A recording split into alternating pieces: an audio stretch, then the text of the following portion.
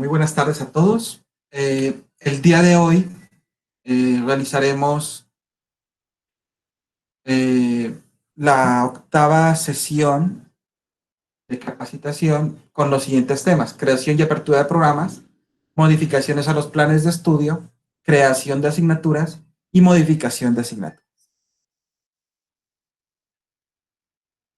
Esa es la normativa que hemos venido trabajando. Hemos agregado aquí dos normativas. Al finalizar la presentación agregaremos aquí las 4 o 5 normativas respecto a creación de programas. Entonces ya vamos a tener de todas nuestras capacitaciones un número de normativa interesante, que es la que nos está dando soporte a las decisiones, a los estudios, a los procesos que venimos realizando. Las páginas siguen siendo las mismas que hemos recomendado hasta el momento. Y vamos a comenzar con creación, apertura de programas. Esta es la imagen que se ha usado hasta el momento. Una imagen que nos muestra todo el camino que hay que recorrer para cada programa curricular en la Universidad Nacional de Colombia. Cuando uno crea un programa, ese programa se crea para todas las sedes de la universidad. ¿Sí? La creación del programa no es para una sede. Por lo tanto, esa creación es muy exigente por parte de los cuerpos colegiados. Debe estar muy bien fundamentada y principalmente fundamentada en la parte de formación, en la parte académica, no en la parte administrativa como tal, sino en la parte académica, la parte filosófica, podríamos decir, de la creación, ¿cierto? Lo demás es importante, sí, pero en esta primera creación importa mucho es esa parte filosófica o necesidad correspondiente. Vamos a comenzar con el recorrido y en medida que vamos parándonos en cada una de las instancias, pues daremos las observaciones correspondientes.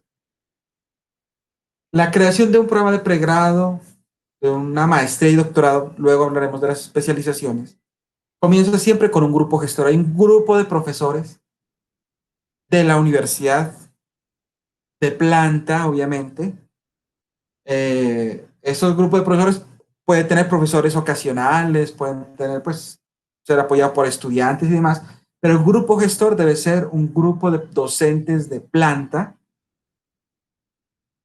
que en la primera mirada nos dice que la universidad sí tiene la planta de docentes suficiente para atender ese programa. Miren que el grupo gestor es muy importante desde el inicio.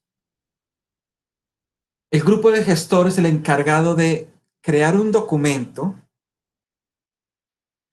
en este caso de creación muy fuerte, muy, digámoslo, extenso para poder definir que son exigentes los requisitos, en donde deberá hacer un estudio completo de por qué se debe crear, la justificación, la pertinencia a nivel Colombia, no de sede, a nivel de Colombia, a nivel latinoamericano y a nivel mundial, de por qué se debe crear ese programa, cuáles son sus objetivos, cuáles son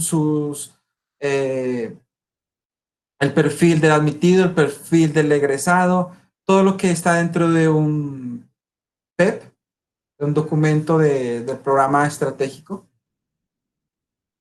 Debe proponer las asignaturas, debe proponer los contenidos, toda la lista de profesores que pueden apoyar ese programa, sus hojas de vida. Ese grupo gestor debe entregar un documento extremadamente completo. Ya miraremos más adelante, o en la normativa lo podrán mirar. La normativa dice claramente los puntos que debe tener en presente el grupo gestor para presentar ese documento. Es un documento, como les comento, muy exigente, muy rico en contenido. Dentro de ese documento debe estar expresado cómo se va a sostener.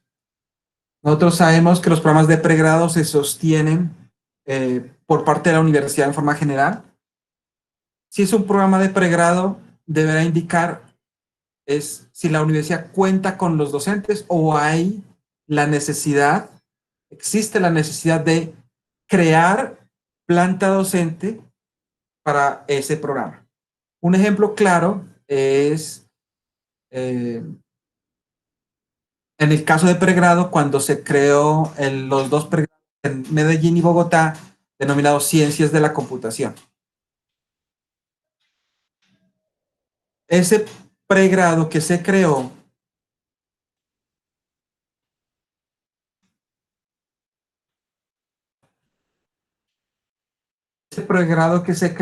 requirió en algunas sedes que la... Perdón, Vicente, interrumpo. Lo que pasa es que veo que la pantalla quedó ahí en la primera diapositiva. No sé, creo que tú ya vas por ahí por la sexta o séptima, o soy yo la que estoy mal. No sé, pregunta a todos, ¿ven moverse las diapositivas o no? No, a mí tampoco se me mueve, se quedó en la primera. Perfecto. Espera un segundo, vamos a hacer aquí una modificación.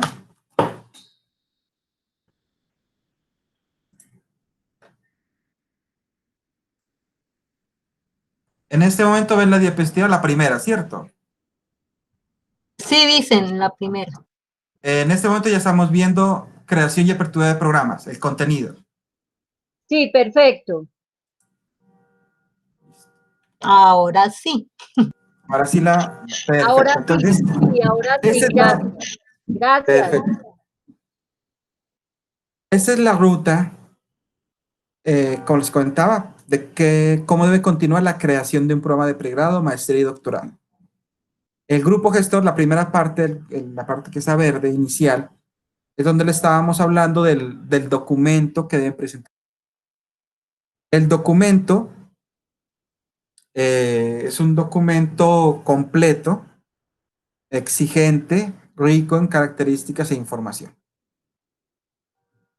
Ese documento debe contar en este momento con un requisito adicional que desde hace 2 años se exige en la universidad por parte del Comité de Programas Curriculares, que está en la mitad, si pueden ver en la cadena, y es que los docentes que van a participar en ese programa de pregrado, maestría y doctorado, deben firmar una carta de intención en donde ellos digan explícitamente que van a apoyar ese programa y con asignaturas, con apoyo a trabajos de grado, tesis de maestría, tesis de doctorado. Es un documento que no está en la normativa, pero que actualmente se exige y si no se tiene, no puede pasar. Es una forma de verificar que existen los docentes que van a participar. Por eso es importante la anotación inicial, que deben ser docentes de planta. Un docente ocasional no puede proponer la creación de un programa. El docente ocasional no tiene una vinculación indefinida con la universidad. Puede estar un solo semestre y el otro semestre no continúa. Asegura que cuando presenten la creación del programa debe ser un docente de planta. ¿Listo?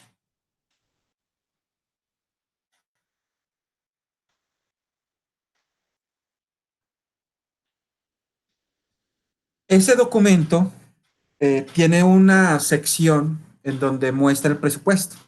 Como les estaba comentando, en el caso de la creación de un programa de pregrado, la plata, pues la universidad la entrega, pero debe informarse en el recurso humano docente si existe o no para ofrecer ese programa.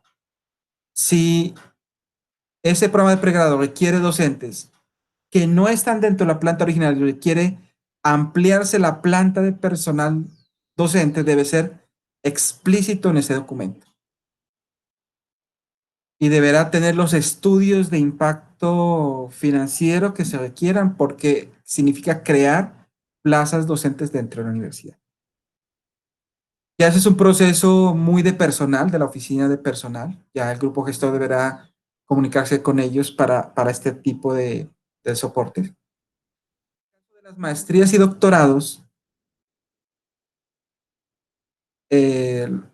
recordemos que en este momento para la Universidad Nacional, las maestrías y doctorados en la parte financiera deben ser autosostenibles, ¿cierto? Es decir, que las maestrías y doctorados, las personas que apoyan la maestría y doctorado, como son los asistentes, como es la infraestructura física, debe salir de la facultad o de la maestría y doctorado que se desea crear. ¿Listo? Todo eso dentro del grupo gestor. Como es una creación de programa, estos datos que le estoy contando, pues de que existe infraestructura, si es una sede la que lo va a crear, pues la sede podrá entregar información de la infraestructura de la sede. Recordemos que la creación se crea para toda la universidad, pero este requisito de infraestructura, personal, financiero, pues lo estudiarán a nivel de sede, o lo propondrán a nivel de sede, para al menos asegurar que cuando se cree el programa, una sede tiene los recursos para ofertar el programa. ¿Listo? El grupo gestor entrega la propuesta a unos evaluadores académicos, los cuales son evaluadores, depende de la creación, evaluadores exigentes, internacionales, externos a la universidad y dentro de la universidad. Esa evaluación, esos evaluadores académicos entregarán unas observaciones, no un aval, unas observaciones del documento, las cuales el grupo gestor pues definirá si las tiene en cuenta o no, pero eso acompañará ya el documento. Esas observaciones de los evaluadores académicos serán revisadas, obviamente, y si un evaluador académico indica o ofrece muchas observaciones, muchas modificaciones, pues se le devolverá al grupo gestor ese documento para que lo revise. También lo debe revisar la oficina de planeación de sede, la encargada de revisar la parte de recurso económico, en el caso de los posgrados, y en el caso de un pregrado, adicionan un recurso de infraestructura. Él entrega un aval indicando que está acorde, que está según lo definido por la normativa de la universidad, y el documento pasa a Consejo de Facultad. En la gráfica ustedes pueden observar de que al Consejo de Facultad no necesariamente le debe llegar los evaluadores académicos y el concepto de la oficina de planeación. No obstante, en la sede nosotros recomendamos que el Consejo Académico, que el Consejo de Facultad tenga pues esos dos documentos, recomendamos, ojo, que tenga esos dos documentos para su estudio. El Consejo de Facultad estudiará, revisará todo el proceso y entregará pues su información. Cuando el Consejo de Facultad dé el aval también, lo entregará a dirección académica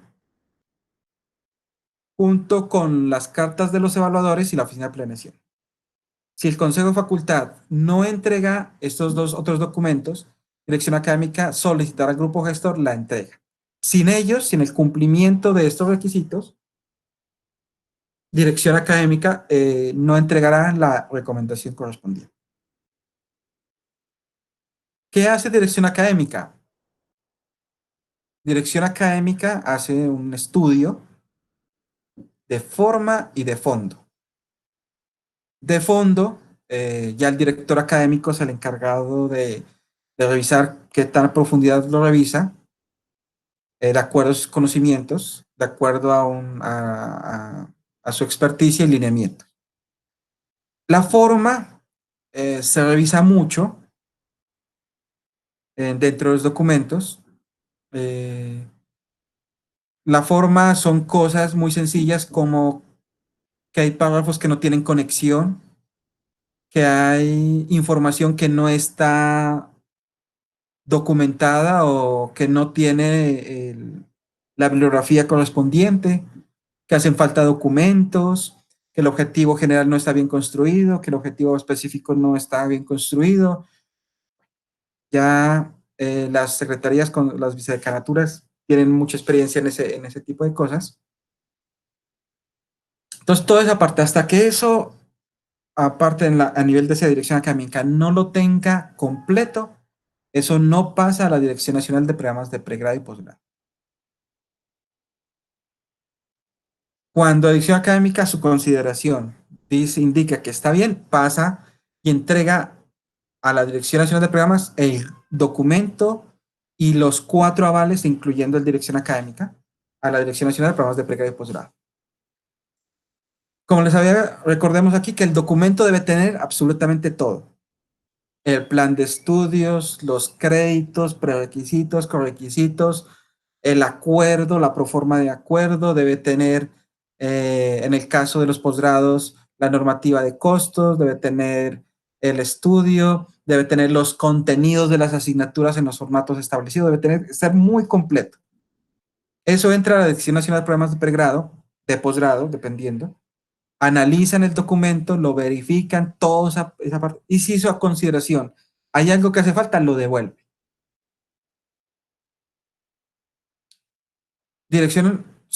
Cuando Dirección Nacional de Programas de Pregrado y Posgrado lo devuelven y eso es corregido, ellos lo vuelven a revisar y lo agendan en el Comité Nacional de Programas. En ese Comité Nacional están todos los directores académicos de la sede, está el director académico, está el director de admisiones, el director de innovación académica, la oficina de extensión, de investigación, creo que también está ahí, sí. Hacen la revisión y ellos hacen la última recomendación al Consejo Académico. Consejo Académico es donde están todos los decanos de todas facultades. Los decanos tienen, el Consejo Académico tiene un grupo delegado de decanos donde estudian estos documentos específicos y lo entregan al superior. Normalmente el grupo gestor, cuando va a crear un programa, ya ha hecho, digámoslo así, la consulta, reuniones previas con los decanos. Por ejemplo, cuando se creó el doctorado en administración, el grupo gestor ya visitó al decano de la Facultad de Ciencias Económicas en Bogotá, la Facultad de Administración en Palmira, al decano de la Facultad en Medellín. O sea, ya hizo el correspondiente pues, estudio, presentaciones y demás, para que cuando llegue al consejo académico pues no sea un documento nuevo, sino que ya haya sido trabajado. Digamos que ese es un proceso de socialización que hace el grupo gestor al interior de la universidad, mientras se realizan todos estos procesos. Cuando el consejo académico dé el visto bueno, lo entrega al Consejo Superior Universitario. El Consejo Superior se reúne, está el Ministerio de Educación, está los representantes estudiantiles, bueno, en toda parte están los representantes estudiantiles, representantes profesorales y demás. Ellos, si ellos dan el aval, ellos dan un acuerdo de creación a nivel nacional sobre ese programa.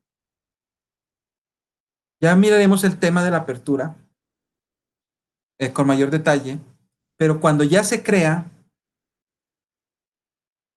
ya la apertura, como el hizo la creación general adicionó los documentos soportes para la apertura en la sede,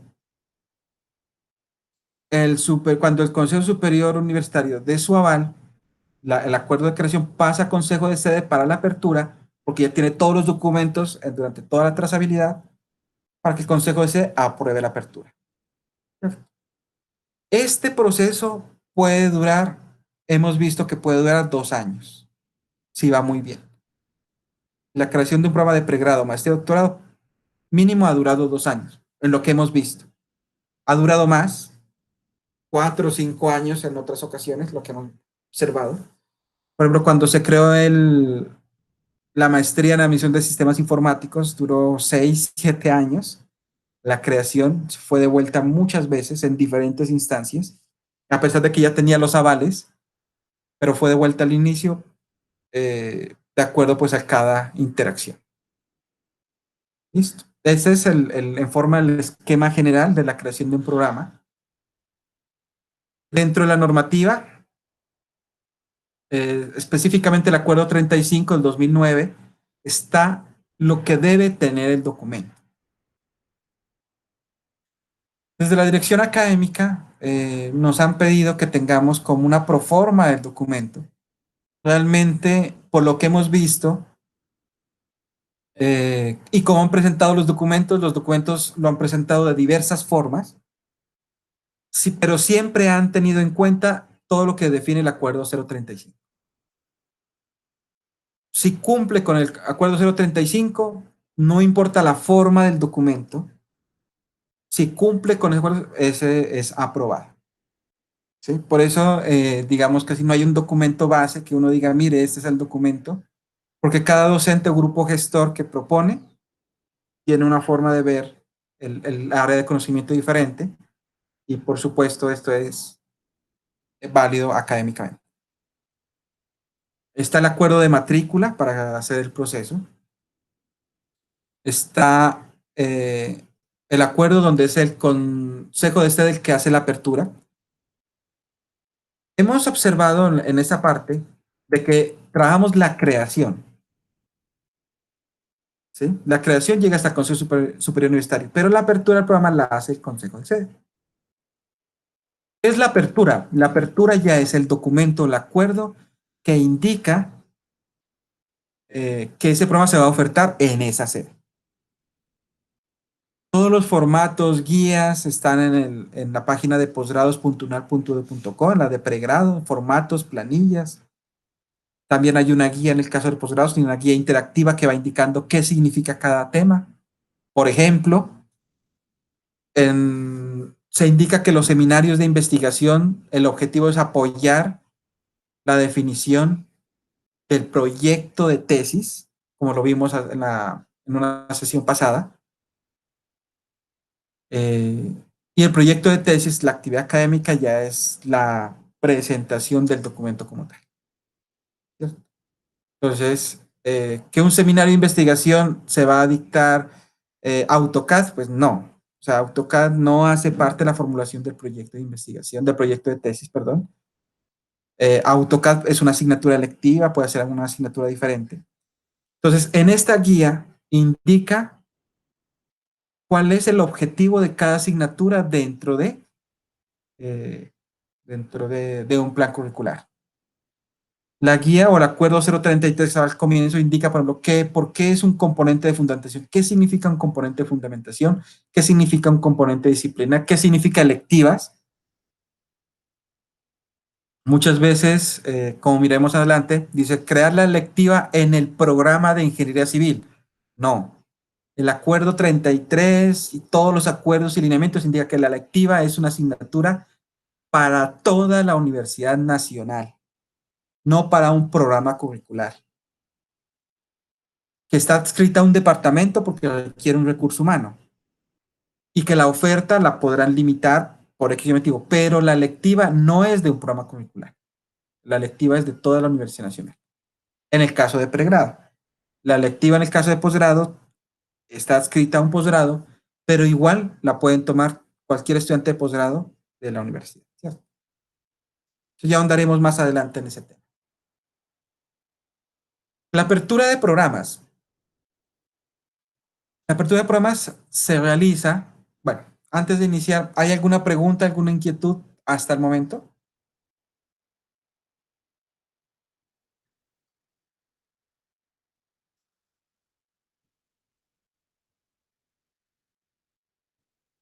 No, no hay preguntas. Bueno, vamos a continuar. La apertura de programas se da cuando ya el programa está creado por el Consejo Superior Universitario y ya está ofertado en alguna sede. Me explico.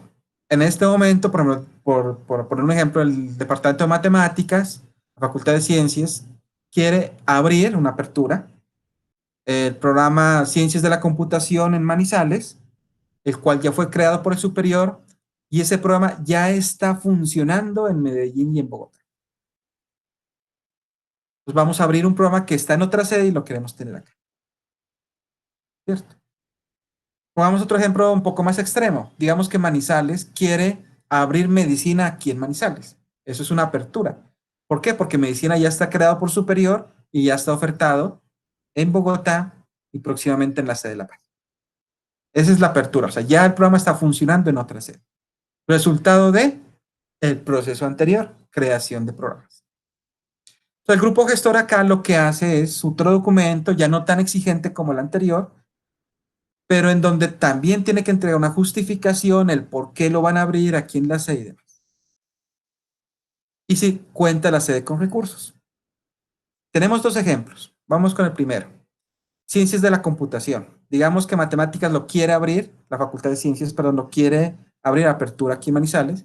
Entonces deberá indicar que tiene los docentes respectivos, que no necesita plazas, o que si necesitará dos o tres, que tiene las aulas, que tiene los espacios, que tiene los laboratorios, que tiene todos los computadores disponibles para poder ofrecer el programa de pregrado.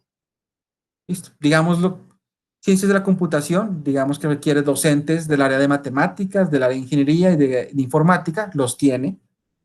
Requiere salas de computadores, las tiene.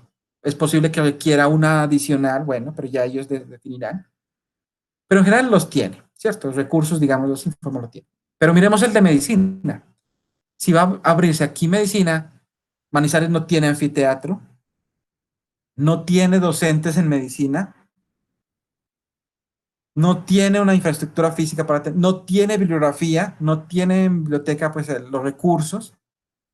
Entonces es muy probable que una apertura de medicina en Manizales sea negada porque no tiene recursos. Y adquirir esos recursos realmente es extremadamente costoso para la universidad. En cambio, el de ciencias de la computación, como lo vimos así en forma general, es más factible que lo abran a que abrir medicina. Entonces el grupo gestor debe mirar todo eso, ¿cierto? ¿Qué también puede hacer el grupo gestor? Eso lo revisamos con la normativa o ellos, como les comentaba, el grupo gestor se puede acercar a la dirección académica, se puede acercar a la facultad,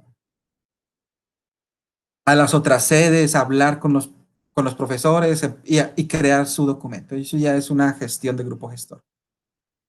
En este caso, los evaluadores académicos son los comités asesores de los programas en las otras sedes. Digamos que medicina, el grupo gestor dijo, no, no voy con ese programa porque verificó y no tenemos los recursos, no tenemos los docentes, no hay forma de abrir la planta docente. O sea, es un recurso que la sede no tiene. Entonces, decidimos seguir por ciencias de la computación. Entonces, en la Facultad de Ciencias, el grupo gestor debería entrevistarse. La normativa dice con un comité, o sea, al menos con Medellín, donde está ya funcionando, para que le dé la evaluación. Actualmente la recomendación, por lo que hemos visto, el lineamiento nacional es que el grupo gestor se reúna con todos los comités donde se ofrece ese programa. En este caso, con el comité asesor de Medellín y comité asesor de Bogotá. Con la oficina de planeación, para exactamente igual, los recursos financieros de infraestructura. En este caso, como vimos, es más fácil para ciencias de la computación. Los profesores los tenemos, matemáticas, de informática, de ingeniería. Las aulas, es posible que tengamos las suficientes con los nuevos bloques. En este momento, con los de Palo Grande, bueno. Requiere salones, el salón especializado requiere computadores que es muy fácil de conseguir que un anfiteatro, por ejemplo. Pues bueno, digamos que tendrá la van. Y el Consejo de Facultad de Ciencias revisará pues el asunto, la entrega de su aval.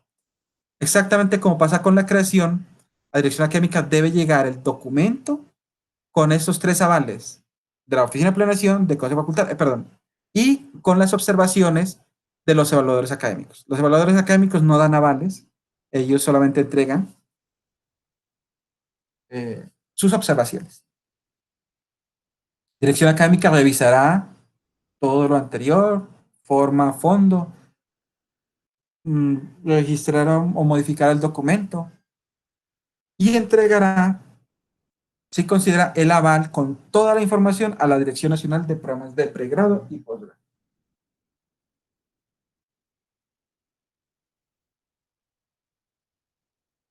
La Dirección Nacional de Programas de Pregrado revisará los documentos. Ejemplos de por qué la Dirección Nacional de Programas de Pregrado los devuelve.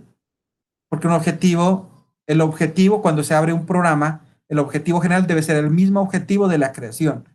Yo no puedo tener ciencias de la computación en Manizales con un objetivo general diferente al de Medellín y al de Bogotá. Recordemos, en el caso nuestro, que el título de un programa no es de la sede, es de la Universidad Nacional. Yo soy ingeniero civil de la Universidad Nacional de Colombia. No de la sede, de la Universidad Nacional de Colombia.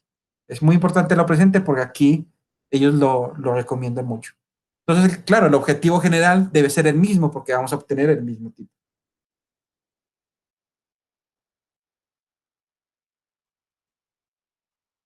Si ellos entregan el aval, lo entregan al Comité Nacional de Programas Curriculares.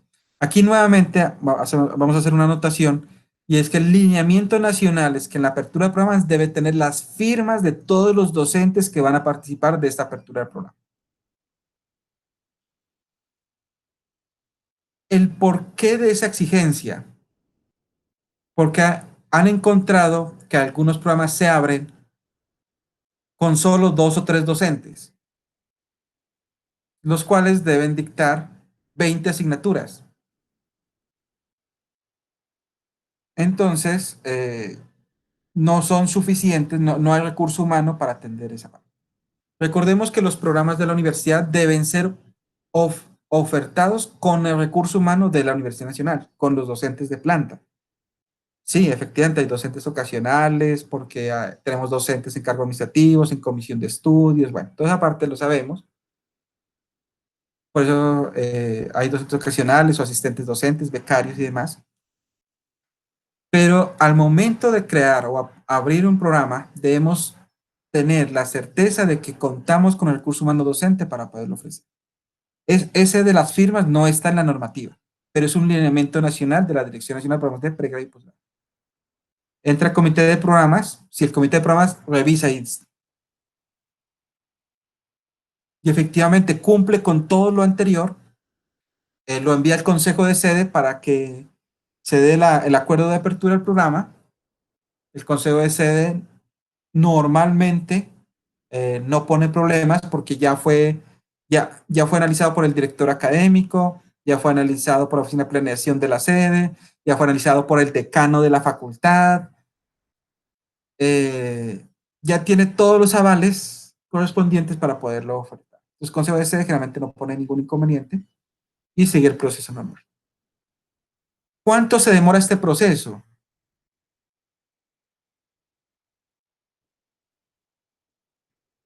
El caso de una apertura de una maestría que salió, que ya había sido creada y todo eso, si todo sale bien, en un año está la apertura del programa.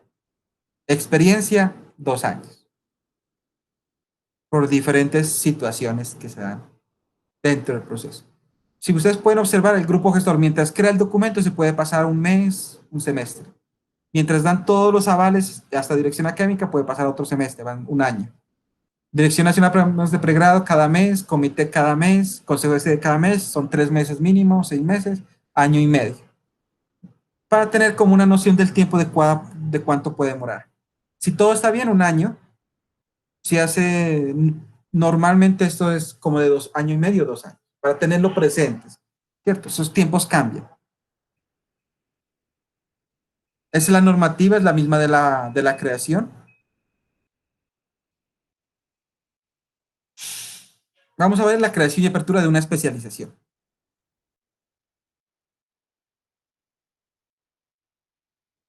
Hay un grupo gestor, creación y apertura, se da al mismo tiempo, no como los otros programas, que son primero apertura y luego creación.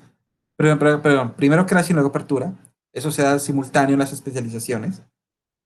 Excepto que sea una especialización que ya existe en otra sede. Ahí sí es otra diferente. Se presenta para la creación, dirección académica en la sede solicita los evaluadores académicos, la oficina de planeación de sede, el concepto presupuestal, y el concepto de facultad, donde nos certifique la disponibilidad docente y de infraestructura, además de la academia. ¿Sí?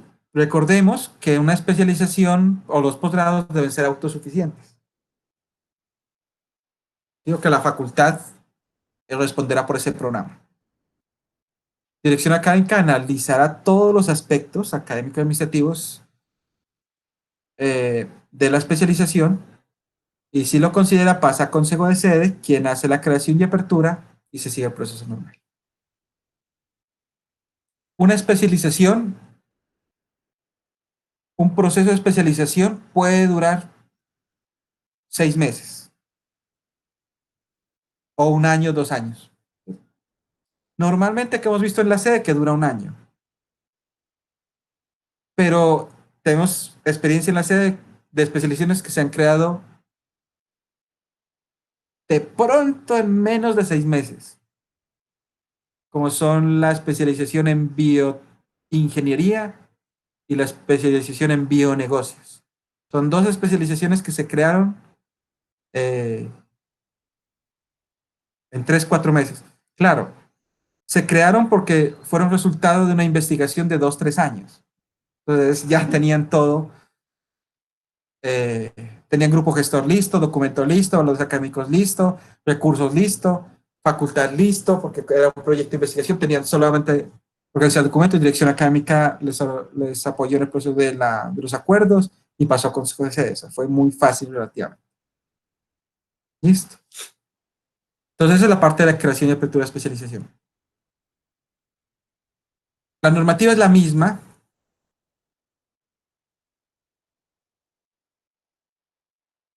Pero queremos colocar aquí una observación adicional. Cuando se crea el programa, cuando se da apertura, solamente cuando se da apertura el programa ya es de una sede y pueden ser los procesos a continuar. Pero solo se puede abrir procesos de admisión cuando los programas de apertura tengan código SNIES. Si pudieron darse cuenta, al final de todos los esquemas, siempre llega la Dirección Nacional de Programas de Pregrado o Posgrado. Ellos tramitan ante el Ministerio de Educación el código SNIES. Sin el código SNIES, el programa no puede dar inicio a procesos de admisión o de oferta. ¿Cuánto se demora el código SNIES? Hubo un tiempo que se demoró 2 años, actualmente se demora 4 meses. Entonces, en el caso de una especialización, si se demora 6 meses su creación y apertura, tendrá que esperar entre 2 y 4 meses el código SNIES. O sea, que en 1 año podrá tener todo listo y apenas tenga todo eso listo, puede empezar el proceso de admisión.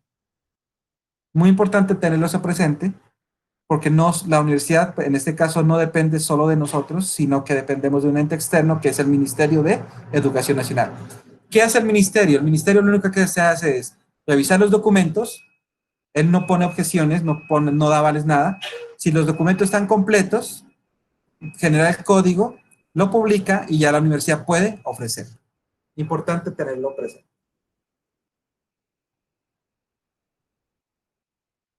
¿Preguntas hasta el momento? ¿Alguna inquietud?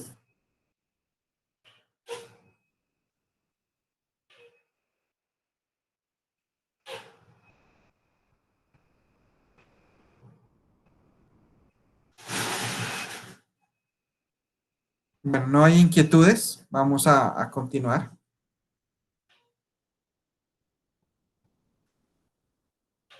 ¿Qué debe contener? En este caso, una especialización. Rápidamente, debe tener un proyecto, responsables, análisis comparativo, justificación académica, objetivos generales, específicos, descripción del plan de estudio, recursos docentes, grupos de investigación, proyectos, recursos de infraestructura, técnicos, tecnológicos, presupuesto detallado, propuesta de proyecto de acuerdo de creación y apertura, contenidos de asignaturas. Y todo eso está publicado en la Dirección Nacional de Programas de Pregrado y en la Dirección Nacional de Programas de Pregrado y Posgrado. Listo. Esos son los procesos generales para la creación y apertura de programas. Vamos con el segundo tema del día de hoy, que son modificaciones a los planes de estudio.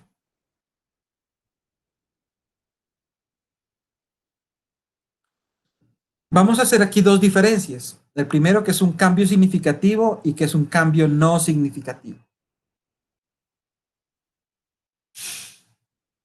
El cambio significativo en un plan de estudios es aquel que requiere modificar el acuerdo del consejo académico. Si tenemos claro eso, ya sabemos qué debemos hacer para un cambio significativo. ¿Qué existe en el acuerdo académico? Dice cuál es el total de créditos que tiene un plan. Ejemplo, ingeniería química quiere bajar el total de créditos del plan de 180 a 160. Arquitectura lo quiere subir de 160 a 180. Ese aumento o disminución modifica todo, por lo tanto debe ir hasta el académico. En algunos componentes o en alguna agrupación. Ejemplo, ingeniería civil tiene un componente fundamentación donde está una agrupación denominada matemáticas y estadística. Si ese componente exige 10 créditos e ingeniería civil quiere colocar 12, eso va hasta el académico. Si ya no lo quiere llamar matemáticas y estadísticas, sino matemáticas, estadística y geometría, eso va hasta el académico. ¿Cierto? Entonces miren que todo lo que tenga que ver con ese acuerdo hay que trabajarlo allá. En la sede aún no ha habido cambios significativos. Nosotros sabemos que Medellín ya ha hecho muchos cambios significativos. Yo creo que el 80% de los planes de pregrado ya tienen cambios significativos en Medellín. Manizales aún no han hecho, se han pensado, por eso el ejemplo de química y de arquitectura, que lo tienen como muy presente al momento de trabajar, de estudiar su plan de estudios. En posgrado, ¿cuándo es una modificación significativa? Cuando se modifican los créditos de su plan de estudios, de sus actividades académicas o de sus asignaturas obligatorias.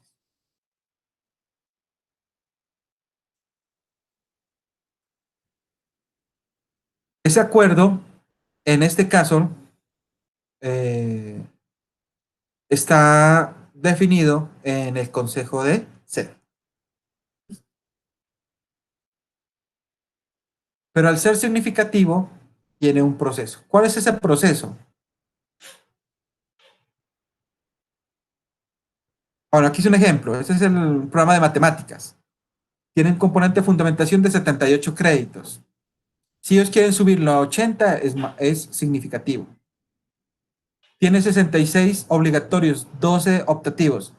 Quieren colocar 68 obligatorios y 10 optativos. Cambio mayor, significativo.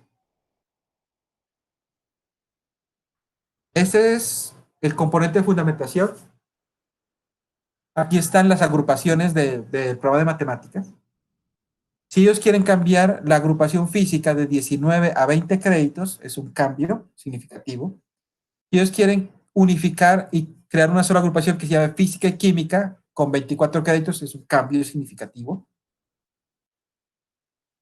Entonces, son como ejemplos para que tengamos en cuenta de que estos cambios significativos van al consejo académico.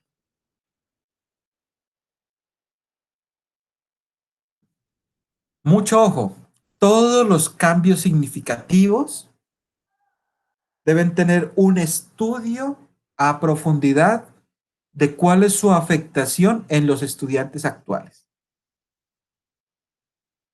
Y, por lo tanto, proponer un plan de transición que dé solución a esos posibles problemas. Ese plan de transición debería dar respuesta al 100%, pero sabemos que hay casos muy específicos, entonces recomendamos que dé al menos una respuesta general a la gran mayoría de los posibles problemas que se presenten. Por eso debe tener un escenario muy completo. Entonces, estos cambios significativos siempre están, siempre deben contener un plan de transición muy claro y muy completo. Ese es el procedimiento. El comité asesor es el que estudia cambio significativo, entrega un documento donde explica el porqué, los soportes, justificación, donde se hicieron reuniones de recurso humano, donde hicieron socialización con estudiantes, donde, bueno, lo que ellos consideren con egresados, todo es con consideren. Ese documento es presentado al Consejo de Facultad, quien evaluará toda esa parte de los documentos.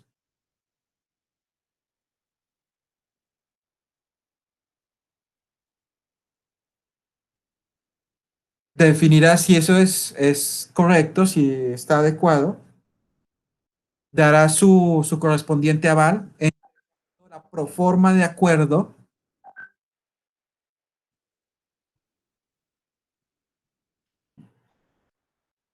de modificación, el plan de transición, todo lo que se requiere. Entregará eso a dirección académica, en donde dirección académica los apoyará con ese plan de transición, con todos los datos que ellos consideren. Luego ese documento, esa proforma de acuerdo de modificación y todos los documentos hacia atrás entrarán a la Dirección Nacional de Programas de Pregrado o Posgrado, según consideren. Ellos revisarán el documento nuevamente con todas las exigencias y lo pasarán al Consejo Académico. El Consejo Académico estudiará y si da el aval, genera un acuerdo nuevo de plan de estudios, lo envía a Consejo de Facultad, Consejo de Facultad genera el acuerdo de facultad del plan de estudios, lo entrega a Dirección Académica para que Dirección Académica lo envíe nuevamente a Bogotá para archivo y lo implementará en el CIA, de acuerdo a lo que se haya aprobado. Entonces miren que un cambio significativo también tiene muchas instancias. Lo primordial de un cambio significativo es el plan de transición. El plan de transición de un cambio significativo debe ser muy bien realizado, no afectar a los estudiantes, en el sentido que si un estudiante está en el séptimo semestre, después del plan de transición debe quedar en el mismo séptimo semestre. ¿Sí? No puede quedar en tercero o en cuarto, a veces no, debe quedar en el mismo periodo académico, antes que después. No, nota importante, cada programa curricular solo puede tener un plan de estudios vigente, solo uno. No podemos tener un plan de estudios para que los estudiantes se gradúen con una norma y un otro plan de estudios para que otros estudiantes de civil se gradúen con otra norma. No. Solo se puede tener un plan de estudios y un plan de transición para que los estudiantes del antiguo plan puedan pasar por el nuevo plan de estudios. Importante tener eso presente. ¿Hay preguntas hasta el momento? ¿Inquietudes?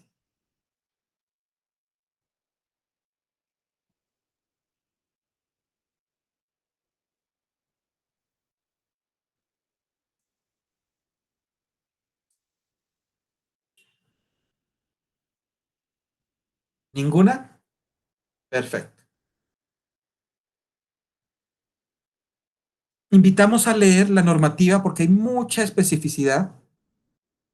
Ya la normativa está en la diapositiva 5.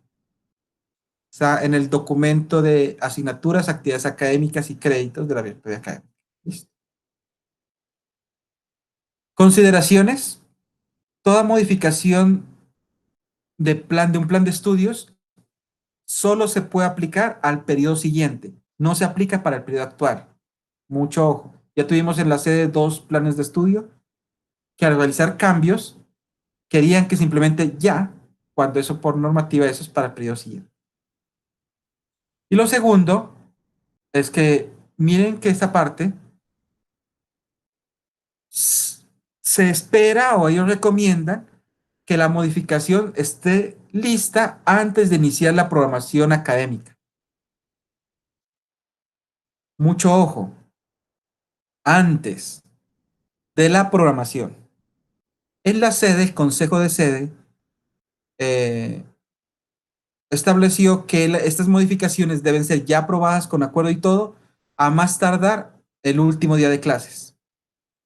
Y como sabemos, la programación académica empieza un mes antes de finalizar el periodo. No estamos teniendo en cuenta esa recomendación. Los comités o los departamentos han tenido problemas porque hacen programación y luego les llega un cambio y les toca hacer modificación a su programación. Importante tener eso presente, esto lo vamos a llevar al consejo de sede para actualizar el calendario, porque efectivamente eso debe estar aprobado antes de la programación académica. ¿Listo? Los cambios significativos de un plan de estudios. Cambios no significativos, que es el otro tema, la otra estructura que vamos a ver.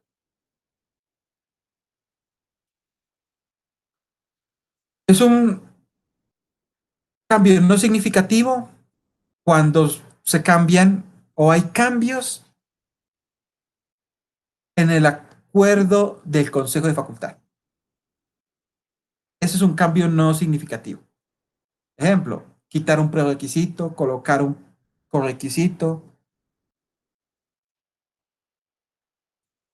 cambiar asignaturas obligatorias siempre y cuando no se cambien los créditos. Cuando se quite una asignatura optativa, se incluye una asignatura optativa. O sea, todo lo que modifique el acuerdo del Consejo de Facultad es un cambio no significativo del plan de estudio. Ojo, aquí en color rojo está grande y eso es nuevo. Hay un concepto en donde si hay cambio del contenido de una asignatura, eso requiere un cambio en el acuerdo de facultad. Importante, pero muy importante esto que se está hablando acá. Por ejemplo, yo tengo una optativa denominada bioingeniería y tiene 4 capítulos en su contenido. Y vamos a cambiar y vamos a dejar 2 y vamos a crear 5 nuevos, o sea, pasó de 4 a 7. Ese cambio de contenido significa que hay que crear una nueva asignatura y como hace parte de las asignaturas obligatorias optativas hay que modificar el plan de estudio. Mucho ojo, porque hasta el año pasado había cambios de contenido y no creábamos asignaturas. En este caso se debe crear una nueva asignatura y al modificar una asignatura obligatoria optativa debe crear o debe modificarse la resolución del Consejo. El acuerdo, perdón, el acuerdo. Por lo tanto, para que sea no significativo, no puede modificar el total de créditos del plan, ni los componentes, ni la agrupación que habíamos hablado en las diapositivas pasadas. ¿Listo? Importante esa anotación. Posgrado, no significativo, cuando quita prerequisitos. En la sede creo que nuestros posgrados no tienen prerequisitos. El único es de pronto algunos tienen seminario de investigación, es requisito para proyecto de tesis, en algunos, no en todos. ¿Listo?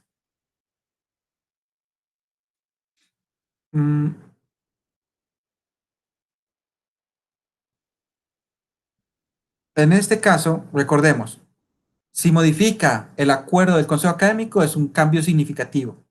Si modifica el acuerdo del Consejo de Facultad únicamente es un cambio no significativo. Si hay cambios en los contenidos de la asignatura, en el contenido, en los temas, no en la bibliografía, ni si es validable, no, en los contenidos. Si hay un cambio en los contenidos, es un cambio significativo en el plan de estudios si hace parte de una asignatura obligatoria u optativa. Entonces, en resumen, de un cambio no significativo, modificar el acuerdo del Consejo de Facultad, es un cambio no significativo. La creación de asignaturas de libre elección no es significativo y este caso de libre elección no requiere modificar un acuerdo de facultad. Como lo habíamos hablado anteriormente, la libre elección no pertenece al plan de estudios, a un plan de estudios específico, a un programa. La libre elección es para toda la Universidad Nacional. Entonces, por lo tanto, es un cambio no significativo, no modifica acuerdo del Consejo de Facultad. ¿Listo?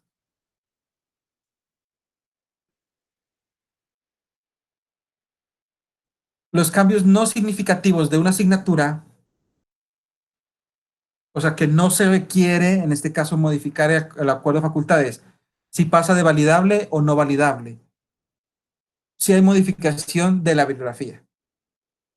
Esos cambios de validar no validable, de modificación de bibliografía o de porcentaje de asistencia, esos son cambios no significativos y no requieren creación de asignatura y por lo tanto no requieren modificación del acuerdo de facultad si es el caso de asignaturas obligatorias u optativas.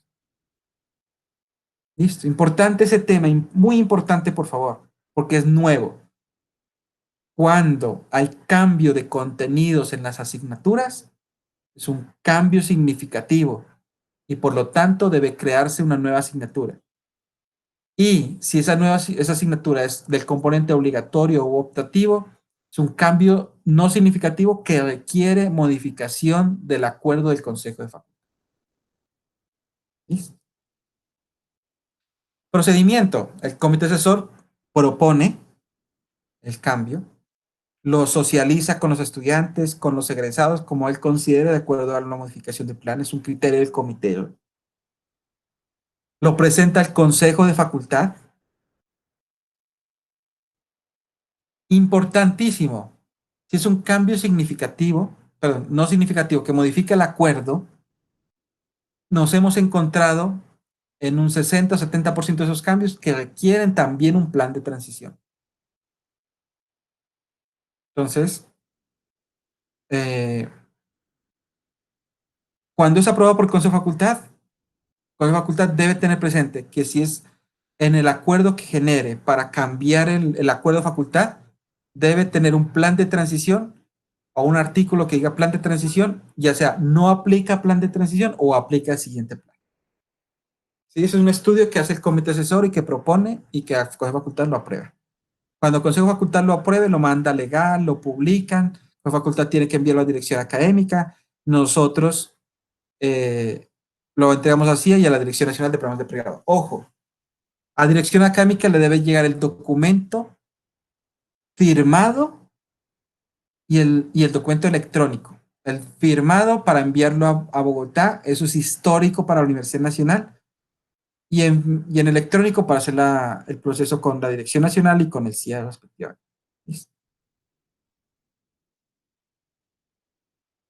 Modificación de asignaturas o creación de asignaturas es un tema similar, ya lo hemos tocado anteriormente. Bueno, vuelvo y repito antes de continuar, ¿hay alguna inquietud, alguna duda al respecto hasta el momento?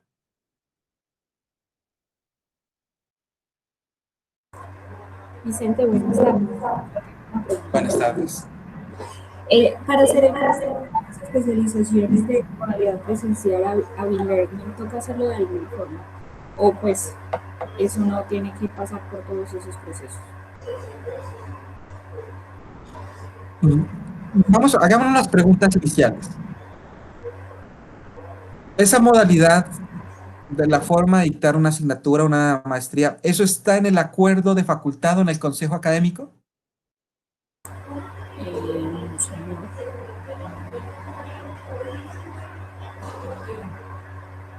Te voy a ser sincero, yo no he visto en acuerdos de académico, de facultad o de sede, al momento de una apertura, una creación, en donde se establezca que la metodología de la maestría va a ser, o la especialización o de la doctorado, va a ser B-Learning. Yo no lo he visto.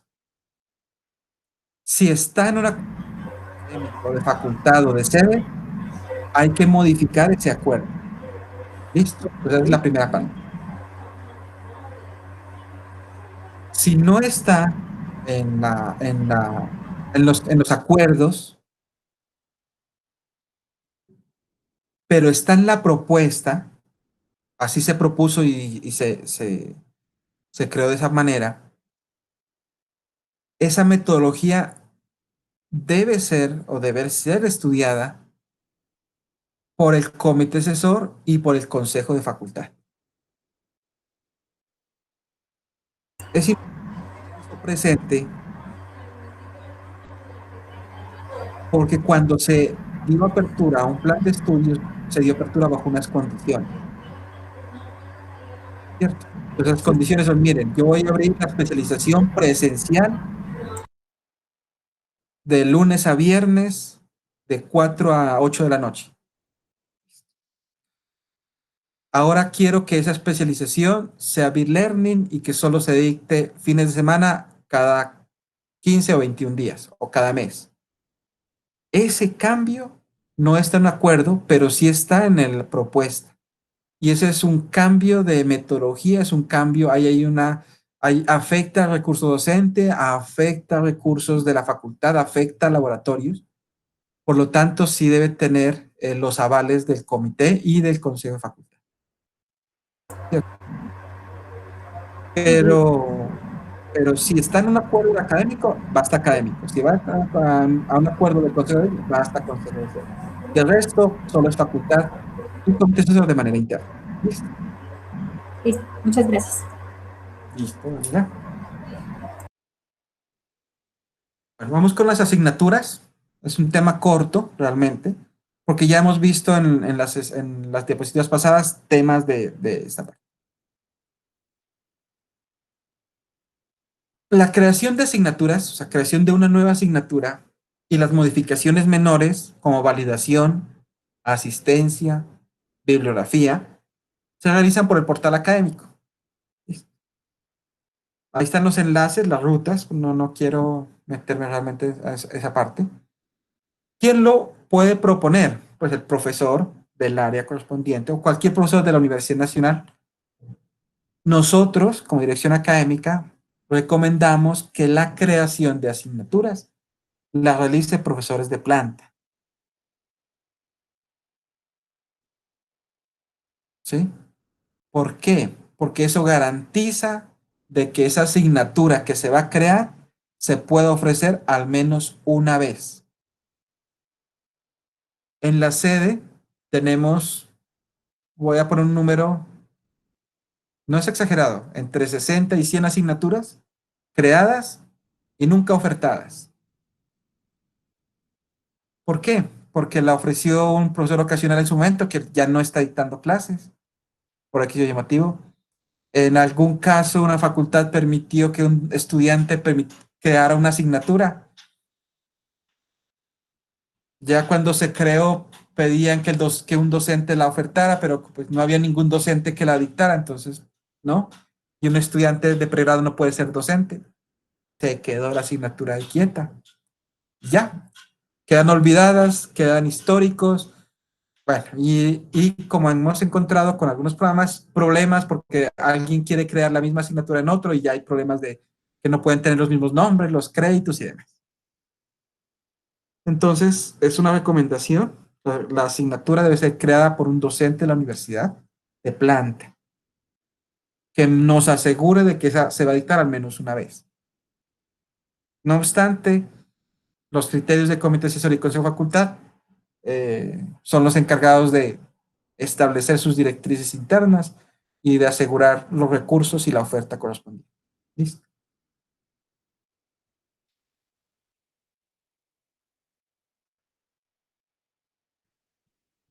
El título de la presentación lo vamos a cambiar, debería ser creación de asignaturas, modificación. ¿Cómo es un proceso normal de creación de una asignatura? Ese es el esquema. El grupo gestor, a veces son 2 docentes o 3, pero normalmente debe haber un docente responsable.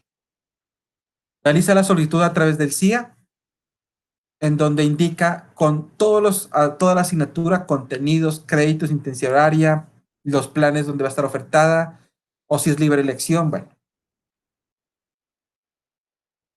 Eso le llega al director de área. El director de área es el encargado de agendarlo en el comité asesor de programa para obtener la recomendación correspondiente. Ojo, cuando un docente solicita crear una asignatura con un contenido y el comité asesor indica que ese contenido no es adecuado por aquello motivo, eso ya es un criterio académico del comité, o el comité indica que no, que esa asignatura que se trabajó con 6 contenidos, realmente se debe agregar 2 más, o sea, debe quedar con 8. Ahí esa asignatura se niega. Y se le informa al docente sobre eso que el comité asesor ha dicho. El docente es el encargado de acuerdo a eso, volver a proponer la creación de la asignatura con las sugerencias del comité asesor si aplica. Voy a poner un ejemplo. Un docente quiere crear una asignatura electiva a su consideración. Bueno, aquí al comité pasaría al comité de directores de área, pero digamos que dentro del comité de directores de área dice, no, esa electiva debería modificarse el nombre, ya no se llame, voy a poner un ejemplo, que el docente cree una electiva llamada Juegos Históricos de Caldas. Llega el comité de directores de área y dice, mire, no debe llamarse Juegos Históricos de Caldas, sino debe ser una asignatura Juegos Históricos de Colombia. Y que el contenido debe modificarse para crear más eso. Esa modificación de contenido afecta al docente, porque cuando un docente crea una asignatura, lo crea acorde con sus capacidades, con todo lo que considere, y por lo tanto una modificación de eso hace que el docente diga, no, ya no lo quiero crear porque yo no soy capaz, o porque yo no lo considero por, bueno, X o Y motivos académicos. Todos esos motivos académicos, entre ellos. Entonces, por eso es importante que cuando hay una modificación en algún transcurso o instancia de la asignatura, se rechace para que y se informe al docente para que el docente vuelva a hacer la solicitud con esa modificación. Entonces, el director de área lo agenda en el comité asesor. Ellos dan una recomendación, si es afirmativa, lo agenda en el comité de directores de área. Ellos revisan, revisan la ficha asignatura y establecen la proforma de acuerdo si es una asignatura obligatoria o optativa. Si es selectiva, recordemos, no requiere proforma de acuerdo.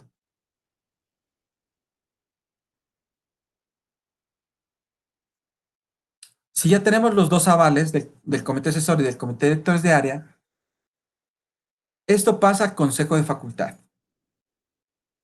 Hemos puesto ahí un enlace, aunque nosotros recalcamos, no requiere pasar por la dirección académica.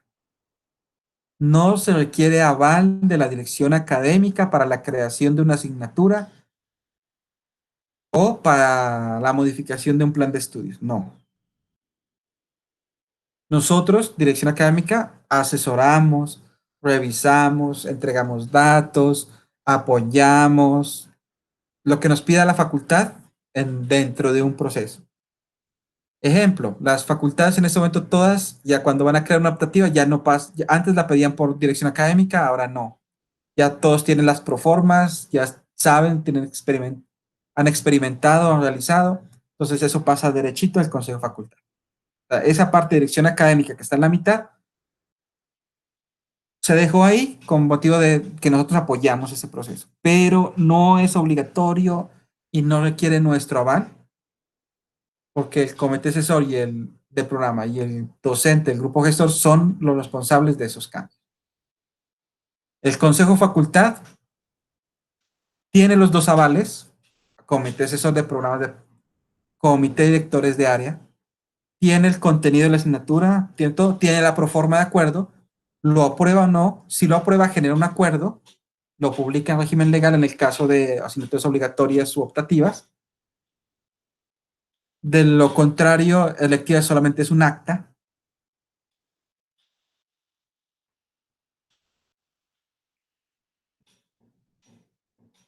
E envía la información a la dirección académica. ¿Qué recibe dirección académica? Un oficio del consejo de facultad donde indica eso y donde informa que en el CIA el docente ya ingresó la asignatura, el director de área ya ingresó el acta del comité asesor y del comité de directores de área, y la secretaría de facultad ingresó la decisión del consejo de facultad. Vamos a colocar aquí esas instancias que no están acá, que son las que trabajan en el CIA, para tenerlas presentes. Entonces, dirección académica con el oficio o con el correo que mandó facultad, secretaría. Y con la asignatura en el CIA, lo que hace es, crea la asignatura, modifica lo que tenga que modificar el plan de estudios e informa. ¿Listo? Recordemos que el Consejo de Facultad debe aprobar eso el último día de clases, según lo definido en el calendario académico. Es decir, el docente debería estar haciendo la solicitud a más tardar la primera semana de junio. El director de área en la segunda semana de junio debería estar en el comité asesor del programa. La tercera semana de junio debería estar a más tardar en el comité de directores de área. Y la última semana de junio debería estar aprobado por facultad. Para tener un esquema del tiempo, de manejo del tiempo, de la creación de una asignatura. ¿Listo? ¿Para qué? Para que la primera semana de junio, Dirección Académica cree la asignatura, se informe al departamento para que el departamento en la segunda o tercera semana de julio haga la programación y para que la última semana de julio esté lista para inscripción de asignaturas y el 3 de agosto empecemos clase. Es importante que tengamos esos tiempos presentes y los traduzcamos en el calendario para saber por qué no es posible o por qué no se recomienda excepciones al calendario, porque eso automáticamente afecta no solo a las dependencias académico-administrativas que están acá, sino la oferta de la asignatura para un estudiante. Si la asignatura no está lista para inscripciones, sino que se abren adiciones y cancelaciones, un estudiante puede decir que se vulnera sus derechos porque como él estaba de primero en inscripciones, debería tener prioridad en adiciones y cancelaciones. Ya el programa y el departamento entrarán ahí a trabajar, a responder quejas, reclamos y demás. Por eso es importante que toda la programación esté lista para inscripción. Y que no llegue una creación de una asignatura el primer día de clases porque nos afecta la programación y la oferta de estudiantes y tenemos el riesgo de tener que responder muchas quejas y reclamos de estudiantes. Listo. Esos son los temas del día de hoy. Como les digo, la normativa está toda está en la diapositiva. La recomendación es leer la normativa.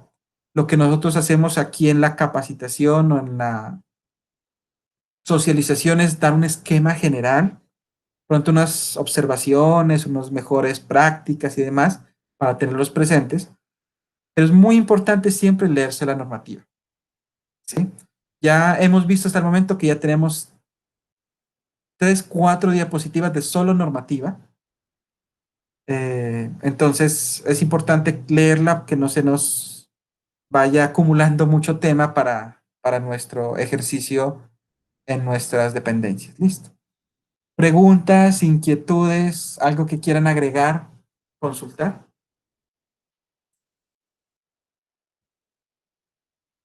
Bueno, hay una pregunta que dice, una materia nueva creada por un docente de planta, ¿debe tener claro a qué tipología va o siempre sale? No, debe tener claro.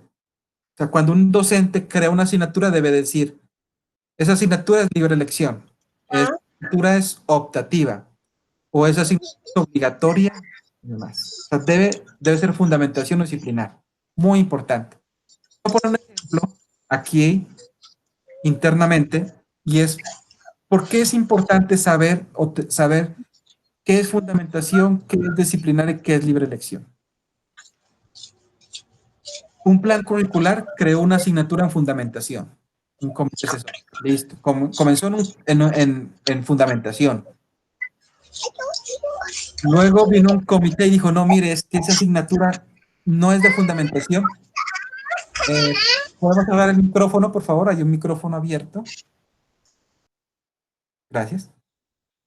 Vino otro comité asesor y dijo, no, esa asignatura no es de fundamentación, es de libre elección. La quitaron y la pusieron a libre elección. Luego vino otro comité y dijo, no, no es libre elección, es disciplinar. La sacó de libre elección, la puso en disciplinar. ¿Qué pasó? El estudiante que la tenía en fundamentación no se podía graduar porque le faltaba en electiva, entonces pidió que esa asignatura que había en fundamentación la pasaran a libre elección. ¿Por qué? Porque tenía el mismo contenido. Otro estudiante dijo, no, yo no quiero que sea fundamentación, sino disciplinar. Otro proceso.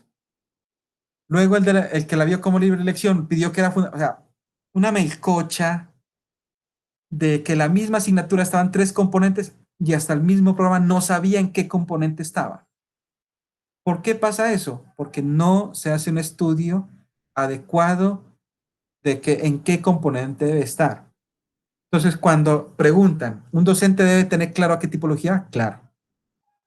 Si yo voy a crear una asignatura, yo como docente, que soy experto en la parte área de mi conocimiento y conozco mi plan de estudios como docente, debo saber que esa asignatura es libre elección, o es optativa, o es obligatoria fundamentación, o es obligatoria disciplinar, o es optativa fundamentación u optativa disciplinar. O sea, debe tener muy presente, o sea, el concepto académico de fundamentación disciplinar activo lo debe tener claro el docente. Clarísimo lo debe tener. La segunda instancia que lo debe tener claro es el comité asesor. Y por último, el consejo de facultad. Listo. Eso es importante tenerlo presente eh, al momento de ese estudio. Dirección académica ni consejo de sede les va a decir, no, esta asignatura no, debe ser no. Porque no es una, no somos instancias de entrar ¿qué? A debatir una asignatura cuyo contenido fue creado por un docente experto en la materia, área de conocimiento, y porque fue avalado por un comité asesor y por un caso facultad. ¿Listo? Ahí nosotros no entramos.